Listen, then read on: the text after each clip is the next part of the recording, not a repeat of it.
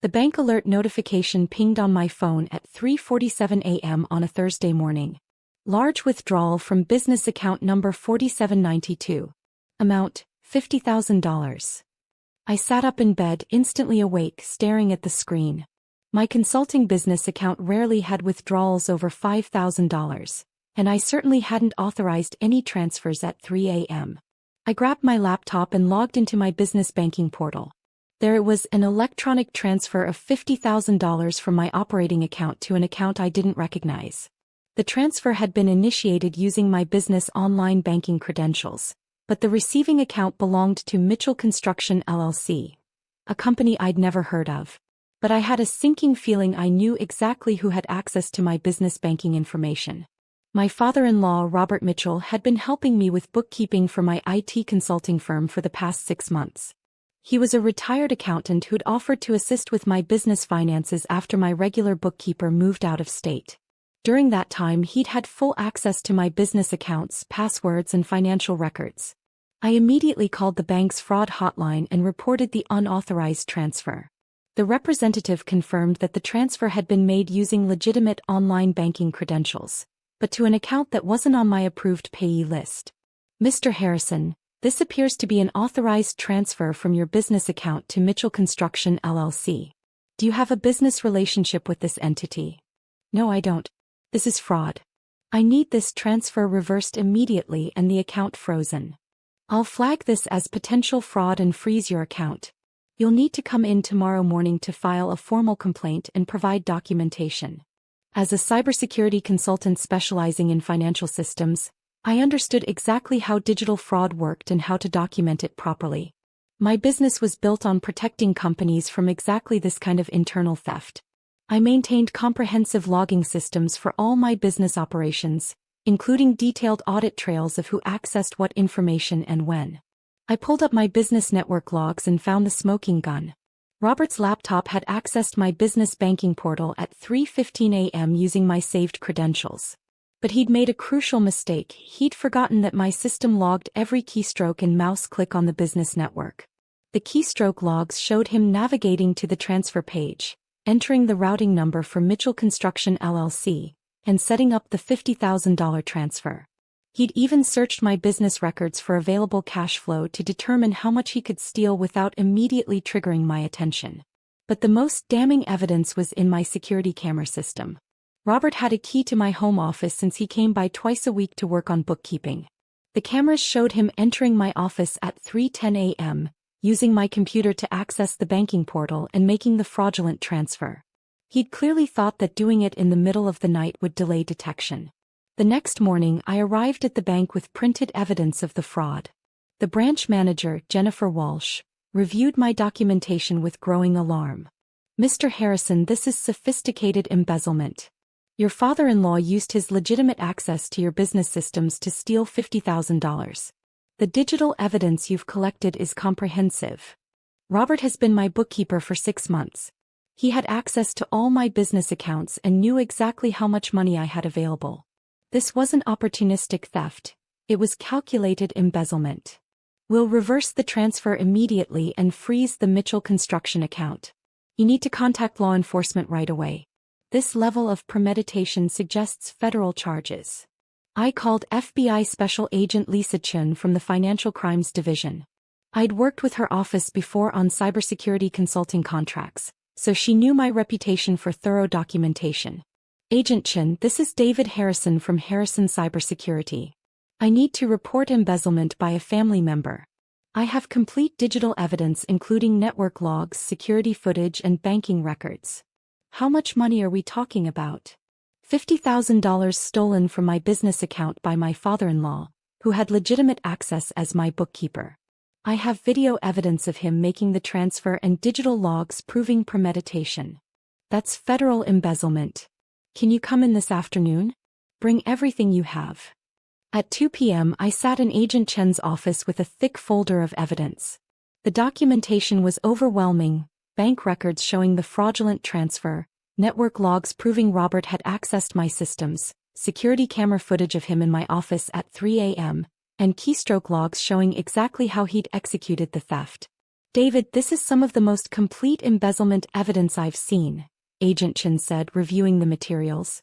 Your father-in-law made every mistake possible from a digital forensics perspective. He's a traditional accountant who doesn't understand modern cybersecurity. He had no idea that my business systems log everything and that I have security cameras recording all access to my office. Agent Chin examined the bank records. He transferred the money to his own construction company account. That shows clear intent to permanently deprive you of the funds, which meets the legal definition of embezzlement. What kind of charges are we looking at? Federal embezzlement, wire fraud, and possibly computer fraud, since he accessed your systems without authorization for criminal purposes. With $50,000 involved, he's looking at 3 to 5 years in federal prison. That evening, I went home to find my wife Sarah cooking dinner. She had no idea that her father had just stolen $50,000 from our business account. "How was your day?" she asked cheerfully. "Interesting. There was some unusual activity in the business account that I had to investigate." "Oh no, was it hackers?" "I know you deal with that kind of thing all the time." "Something like that. I'm working with the authorities to resolve it." An hour later, Robert arrived for our weekly family dinner, carrying a bottle of wine and acting completely normal. He hugged Sarah, shook my hand, and settled into his usual chair at our dining table. "How's business going, David?" he asked with genuine seeming interest. "The quarterly reports I've been working on show really strong cash flow." "Business is good," I replied calmly. "Cash flow has been excellent this quarter." "You know," Robert said, cutting into his steak, "you're making more money than most people our age could dream of. Sometimes I think you don't fully appreciate how fortunate you are." "You're probably right about that." Robert warmed to his theme. Family money should help family, you know? When someone in the family is struggling financially, those who are blessed with abundance should step up and share the wealth. Sarah nodded approvingly. "Dad's right. We should always help family when we can." "Absolutely," I agreed. "Family is the most important thing." Robert looked pleased with my response. "I'm glad you understand that perspective. Too many people get selfish with money and forget about their family obligations." After dinner, Robert pulled me aside in my home office while Sarah was cleaning up in the kitchen. "David, I want to talk to you about something important," he said, closing the office door behind him. "My construction company is going through a rough patch. The economy has been tough on small contractors, and I'm facing some serious cash flow problems." "I'm sorry to hear that, Robert. How serious are we talking?" "I need about $50,000 to cover outstanding invoices and keep the business afloat. I was hoping you might consider it as a family investment. You make too much money anyway, and this would really help me save my company." I looked at him with what I hoped appeared to be sympathetic concern. "That's a significant amount of money, Robert." "I know it is, but it's not that much for someone in your financial position. You probably spend more than that on business equipment and travel. This would be helping family in a time of need." "When would you need this investment?" "As soon as possible. I've already taken some preliminary steps to address the cash flow crisis, but I need to formalize the funding quickly." "I see. Let me think about it overnight and we can discuss the details tomorrow." Robert smiled with relief. "I knew you'd understand. Family has to stick together during difficult times." The next morning I called Agent Chin with an update. "My father-in-law approached me last night asking for a $50,000 investment in his construction company. He claims it's to solve cash flow problems, but he's actually asking me to legitimize the money he already stole." "That's perfect. He's trying to cover up the embezzlement by making it look like a legitimate business transaction after the fact. That shows consciousness of guilt." "What's the next step?" "We're executing a search warrant on his business and personal premises tomorrow morning. We want to seize all evidence of the embezzlement and any other financial crimes he might be committing." "Should I play along with his request for the investment?" "Don't commit to anything, but don't refuse either. We want him to think his plan is working until we arrest him." The next morning, Robert called me at 9 a.m. "David, have you thought about our conversation yesterday? I really need to know if you can help with the business investment." "I'm definitely interested in helping family," I said carefully. "Let me review my business finances and see what I can do." "That's wonderful. I knew I could count on you. Family money should help family after all." At 10:30 a.m. my phone rang.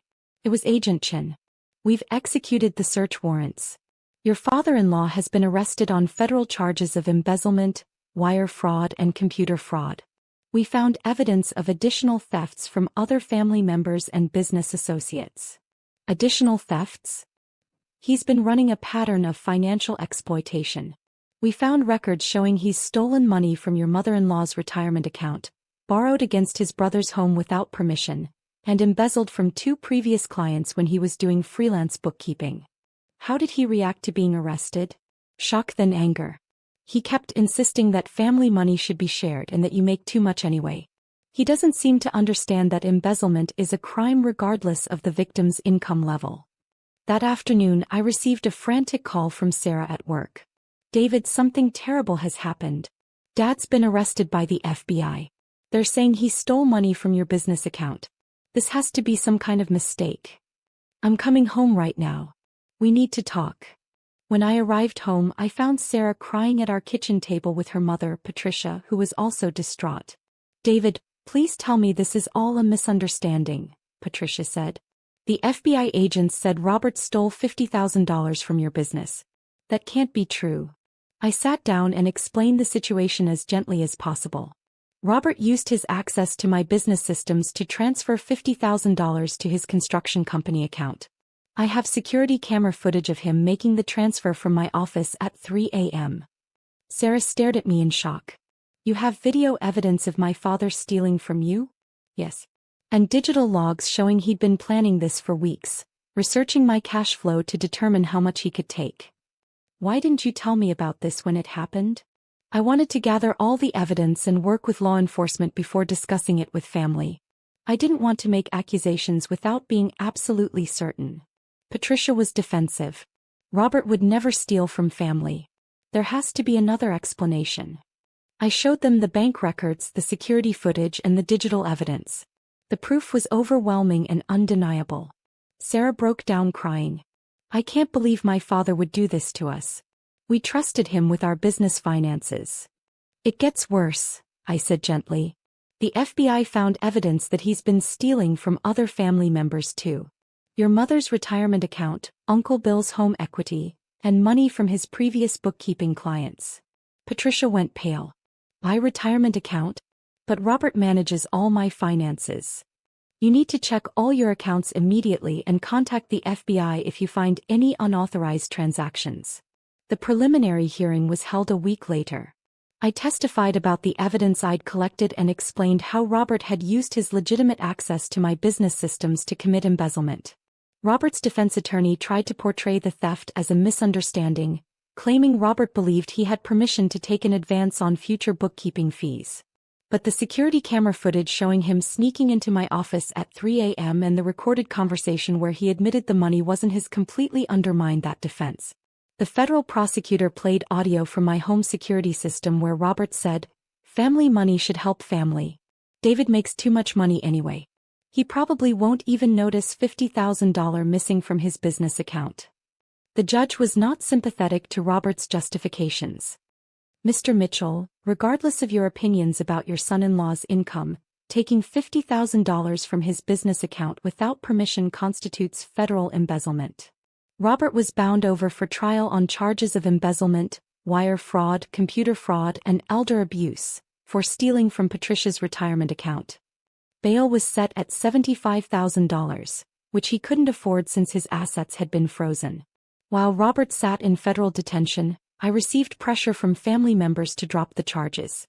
Sarah's brother Michael called me. "David, you're destroying our family over money.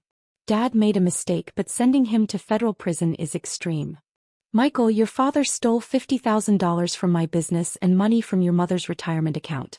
This wasn't a mistake, it was systematic embezzlement. But he's family. You should have worked this out privately instead of involving the FBI." There's nothing to work out privately. Robert committed federal crimes. He betrayed the trust one placed in him as my bookkeeper and stole money that I need to run my business. Patricia also tried to convince me to show mercy. "David, Robert is deeply sorry for what he did. Can't you find it in your heart to forgive family?" "Patricia, Robert stole from you too.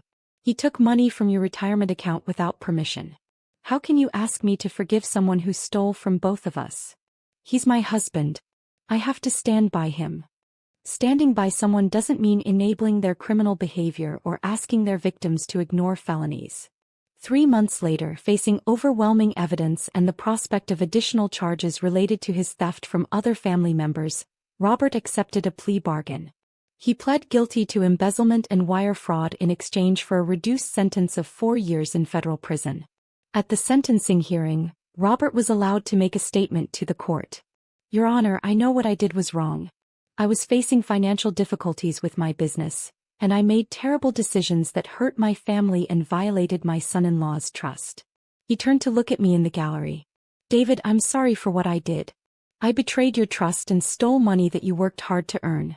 I convinced myself that family should share wealth, but I realize now that theft is theft regardless of family relationships." The judge sentenced Robert to 4 years in federal prison, followed by 3 years of supervised probation. He was also ordered to pay $78,000 in restitution covering the embezzled money plus penalties and investigation costs. After the sentencing, Agent Chen spoke with me in the courthouse hallway. "How do you feel about the outcome?" "Relieved that it's over, but sad about the damage to family relationships. Robert's choices have torn our family apart. Your evidence collection made this case airtight. Without your cybersecurity expertise and comprehensive logging systems, it would have been much harder to prove the embezzlement. Robert assumed that because I trusted him with my business finances, I wouldn't have security measures in place to detect theft. He was wrong." 6 months later, I received a letter from Robert, written from federal prison. "Dear David, I've had a lot of time to think about what I did and why I did it. I was jealous of your financial success and resentful that someone your age was making more money than I ever had. Instead of being proud of your achievements, I let greed and entitlement drive me to betray your trust. I know now that my actions could have seriously damaged your business. That $50,000 wasn't just cash sitting in an account. It was operating capital that you needed to pay employees, cover expenses, and invest in growth. I put your livelihood at risk to solve my own financial problems. I don't expect you to forgive me, but I want you to know that I understand why you had to involve law enforcement. You were protecting your business from further theft, just like any business owner should when they discover embezzlement. The other inmates here think I'm crazy for not being angry at you for turning in family. But you didn't turn me in. You documented evidence of crimes I committed against your business. There's a difference between reporting crimes and betraying family. I hope someday Sarah can forgive me for what I've done to our family. I know my choices have caused her tremendous pain and embarrassment. Robert." I never responded to that letter. Robert served 3.5 years of his 4-year sentence and was released on good behavior. He now works part-time at a hardware store and lives in a small apartment across town. Sarah and I have rebuilt our relationship, but it took months of counseling to work through the trust issues and family trauma. She struggled with guilt about her father's crimes and anger about the position he'd put our family in. Patricia divorced Robert while he was in prison and moved to Florida to live near her sister. She recovered most of her stolen retirement money through restitution payments, but the betrayal destroyed their 30-year marriage. Some family members still believe I should have handled it within the family, instead of involving federal law enforcement. They think Robert's punishment was too harsh for what they call a family financial dispute. But embezzlement isn't a family financial dispute. Stealing $50,000 from someone's business account isn't a family matter. When someone uses their position of trust to systematically steal money from your business, that's a federal crime, regardless of whether they're married to your daughter. Robert gambled that family relationships would protect him from the consequences of his crimes. He assumed I would be too embarrassed, too guilty, or too concerned about family harmony to pursue federal charges against my father-in-law. He was wrong. Family relationships don't create immunity from federal law. Trust, once broken by embezzlement and theft, cannot be repaired by simply asking for forgiveness or claiming financial desperation. And someone who is willing to steal from your business to solve their own problems has demonstrated that they value their convenience more than your livelihood. I maintained comprehensive cybersecurity measures because protecting against financial fraud is my profession, but also because I learned that embezzlers often target people who trust them with financial access, counting on family relationships to shield them from prosecution. Robert spent weeks planning his embezzlement, confident that I would never detect the theft or never have enough evidence to prosecute him if I did. The security cameras, network logs, keystroke monitoring, and banking records proved him wrong.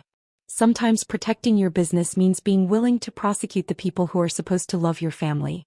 Sometimes family loyalty means being loyal to legal boundaries instead of criminal behavior. And sometimes the people who tell you that family money should help family are the same people who believe that stealing is acceptable as long as the victim can afford the loss. The sound of the raid beginning that morning wasn't just the sound of justice. It was the sound of consequences catching up with someone who believed family relationships would protect him from federal embezzlement laws. They didn't.